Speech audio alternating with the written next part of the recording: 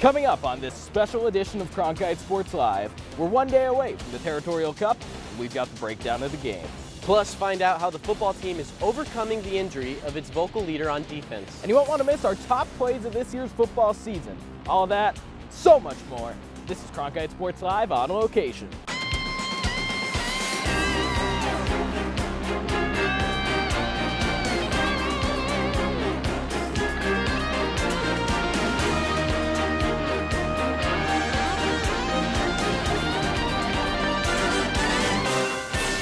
Hello and welcome into Cronkite Sports Live here on location outside of Sun Devil Stadium. It's the eve of the Territorial Cup. I'm Mauricio Casillas. And I'm Jayson Chesler. Thanks for joining us. As you can probably imagine, this week's show, well, it's about football, and more football. Now, since U of A won't be moving to Mexico and adopting football as their primary sport, the Sun Devils, they'll have their work cut out for them if they want to earn the football Americano point of the Territorial Cup race and appease their rabid fan base. Now, this year's football season likely a disappointment in the eyes of ASU fans. However, all will be forgiven in the eyes of the Sun Devil faithful with a win over the Wildcats. Here to break down this important rivalry matchup is WCSN's own Elaine Wilson. Elaine, some important names listed on the injury reports this week. Who are they and what's going to be the impact? Well, Thursday, Rich Rod released his injury report, and the big question on that one was Anu Solomon and what was going to happen with him. He was listed as questionable, and that's causing a lot of problems for ASU at this point because now they have to prepare for two separate quarterbacks, a veteran guy who has faced ASU before and a newbie who still had some explosiveness, especially in that last-minute win over Utah in overtime. So a lot of problems for ASU with this injury list coming out. Now, plenty of clashes between ASU and U of A. These teams don't like each other. These coaches don't either. Todd Graham and Rich Rodriguez, very different styles. How's that going to play out? Well, yeah, Rich Rod obviously very offensively minded and Todd Graham very defensively minded, and that's reflected throughout this season. They're ranked second respectively in rushing offense for U of A and rushing defense for ASU. And people love to see that, the top against the top in these matchups. But again, injuries have played a big part in this because Nick Wilson's been played with injury this year. He's their leading rusher for U of A. And also the defense has had a lot of issues. Obviously, Jordan Simone going out, and also Mokiola and Fiso have had issues this week. They've been in green all week. Now, Elaine, last question. Obviously, the Wildcats having the stronger season this year. Yeah. However, Sun Devil Stadium behind us, some external pressures pointing towards picking ASU. Who do you got? Well, that doesn't necessarily pressure me for my pick, but I'm still going to pick ASU in this one. It's going to be close. Probably going to end on an interception or something crazy like that. 31-27 Sun Devils. Thanks, Elaine. Now, we've heard about the question marks on the U of A injury report. One guy definitely out for the Sun Devils, well, it's Jordan Simone. Here for more on how the Sun Devil defense will react without their vocal leader, Brett Deckard has the story. With the Territorial Cup just days away, Arizona State is preparing to play without senior safety Jordan Simone. Of all weeks to be without your leading tackler, this might be the worst, as Arizona represents a tough task for ASU's secondary. What's the toughest thing to prepare for is their wideouts. They're really, really talented players. By the third game of last season, Simone had earned a starting safety position. He's led the Sun Devils in solo tackles ever since, and this season ranks third in the FBS. But his impact reaches far past the stat sheet. A lot of smarts. Guy that's our communicator. Obviously, you can't replace somebody like that. But I've got confidence in the guys we got that we can get the job done. They got the job done against Washington as they shut the Huskies out in the second half. To be able to come in and respond in a game like that, not even come up when we're ahead. I mean, come in when you're down 17-3, and for those guys to respond that way and make the plays that they made it just says a lot about our team and a lot about our kids. The Sun Devils will be without their main leader on defense, but by this point in the season, the rest of the team is battle-tested. There are other leaders that can shoulder the load. You got to step up every single game. You got to grow every single game, every opportunity you can, whether it be on the game field, practice field, making sure people get to class on time. I mean, every single thing you do up in this point late in the season, you got to grow as a leader. From Tempe, I'm Brett Deckard for Cronkite Sports. Thanks, Brett. For more on Sun Devil football, even during the offseason, turn your browser over to cronkitesports.com. But for now, Jayson, we got more football coverage. We'll send it down to our football experts, Jake Garcia and Kerry Crowley, in our downtown Phoenix studios to talk about what the defense is doing without Simone now. Arizona State was hit, and they were hit hard in the first half of Saturday's contest against the Washington Huskies. Jake, the Sun Devils weren't just down 17-3 at halftime, they were down critical personnel. In the first half, Liu Mokiola, the Spur linebacker, went down with an injury, as did Salamo Fiso. He was able to play through his injury, but right now the Sun Devils linebacker depth really suffering. Yeah, their linebacker depth is suffering, but to put things in perspective, not suffering as much as other positions. They're actually in pretty good shape here. With that being said, they want Salamo Fiso and Liu Mokiola to play this weekend against Arizona. Mokiola has been bothered pretty much all season by a shoulder injury, and his performance has been inhibited by that. If he can't go on Saturday, or if he sees limited action, Marcus Ball will slide right into that Spur linebacker position. Marcus Ball hasn't been practicing there, and he actually turned in a fantastic performance last weekend against Washington. Now looking at Sam linebacker, Salamo Fiso, he's also been a little bit banged up, but again, a viable backup in DJ Calhoun. We normally see him on third downs. If Salamo Fiso, though, receives a few more takes on the sideline, DJ Calhoun will slide right in. That's two key injuries right there, but Jake, we haven't even talked about the most important loss for Arizona State's defense, and that's redshirt senior safety Jordan Simone. Todd Graham confirming on Monday the senior will miss his second straight Territorial Cup. He's out for the season with a knee injury. How do the Sun Devils plan to adjust their personnel in an already thin secondary? Well, yeah, it's the secondary right now, and specifically the safety position, extremely thin, and it's pretty messy right now from a depth chart standpoint. We'll do our best to break it down, but the loss of Simone, a torn ACL, he's out for the season. We saw taking his place last Saturday against Washington, Chad Adams. Now, on a few occasions, he had some breakdowns in the secondary. The coaching staff obviously views that as unacceptable. To make matters worse, ASU is also into its second string at the free safety position. Kareem Orr was unable to go against Washington. That meant James Johnson ultimately took his place in that spot. The thing is, though, when you're looking forward to this Saturday against U of A, we want to rank these safeties that Arizona State has the chance to play. It goes Orr, Johnson, and then Chad Adams. Unfortunately for the Sun Devils, Johnson and Orr right now, we're playing the same exact position. So if Orr is able to go, I would anticipate Johnson to actually slide over to the bandit safety spot. If he's not, Johnson will be at bandit safety and Johnson will be at free safety and Chad Adams will be over at bandit. The thing is, though, the coaching staff, I don't think they want to play Chad Adams. He's been getting harped on quite a bit in practice this week. Arizona State will be shorthanded defensively against the Arizona Wildcats in the Territorial Cup, but rivalries is where stars are born. Let's see who steps up. Thanks, guys. Great to have a couple football experts on our staff. Also great to have a social media expert around. For that, we'll send things off to Gavin Shaw for our tweets of the week. Guys, I'm not the type to kick a man while he's down. It's just not really my style. But from this point going forward, every time I have to hear, oh, you managed to go to the dumb school in Arizona, or our basketball program is better than yours, I'll kindly refer that individual to the historic legislation that was passed this week, Proposition 200.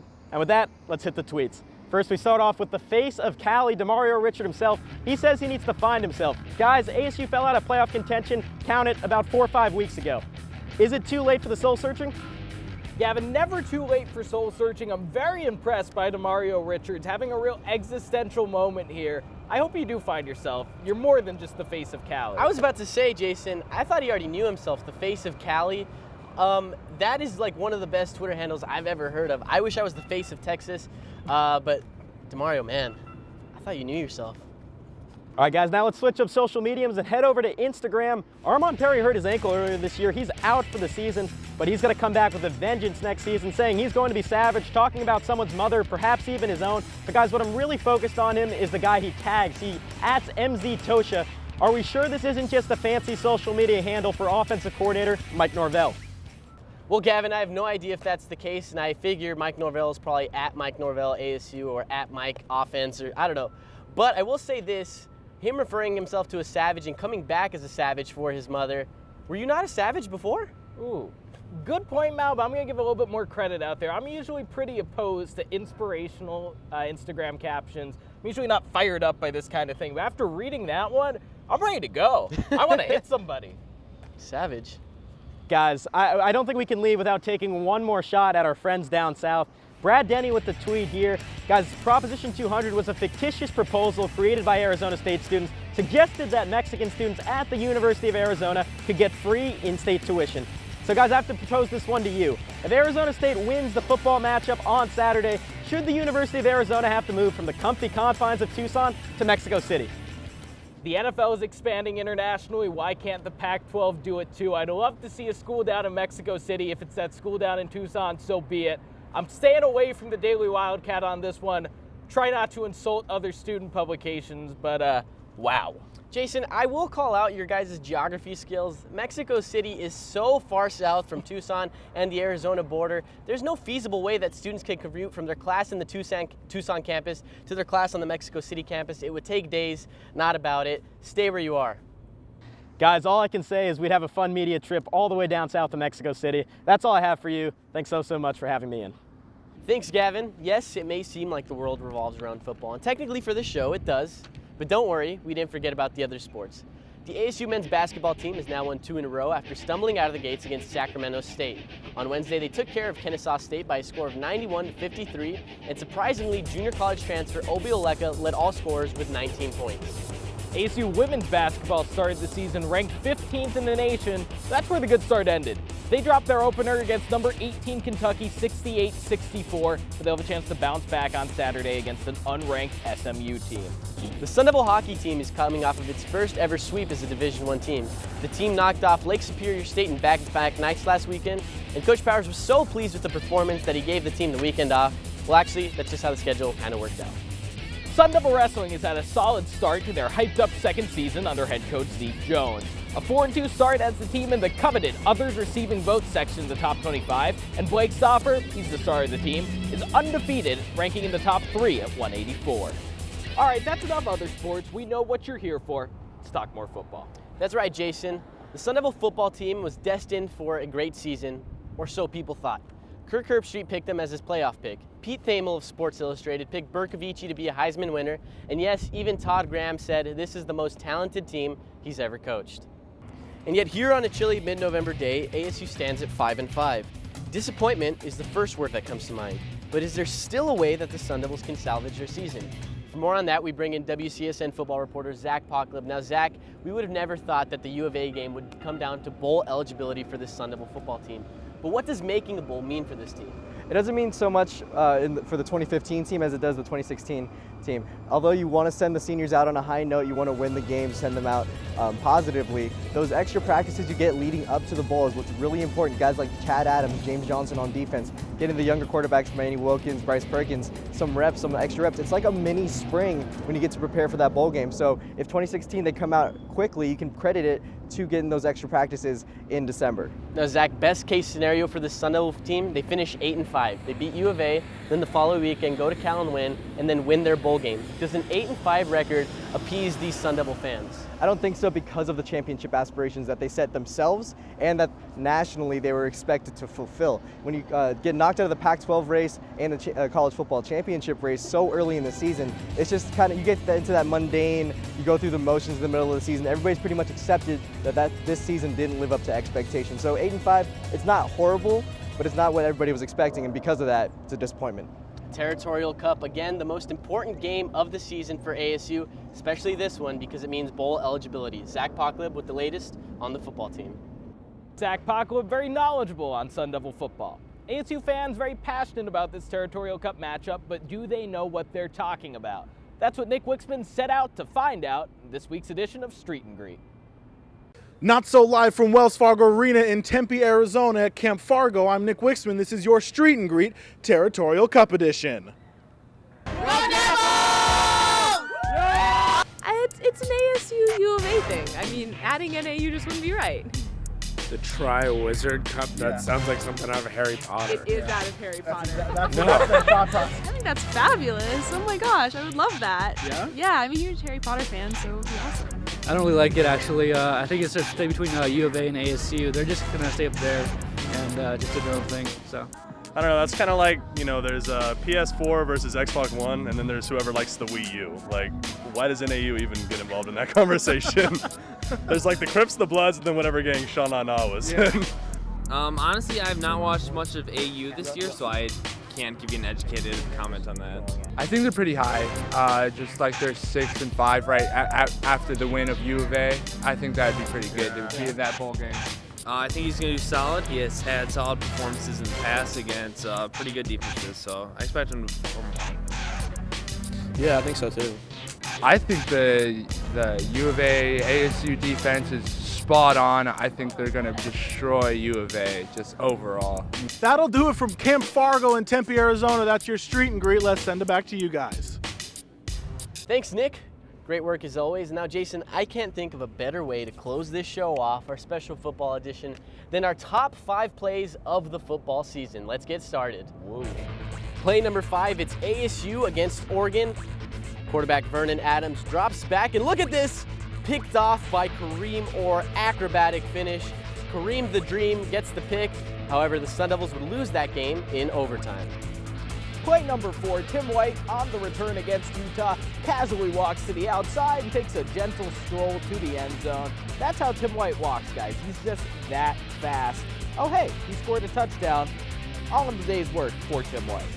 Play number 3, ASU taking on New Mexico. That's quarterback Mike Bercovici escaping pressure. The face of Calabasas finds the face of Cali, Demario Richard, who takes this one all the way to the house. The Sun Devils would beat the New Mexico Lobos in that one, all thanks to a great performance by Demario Richard.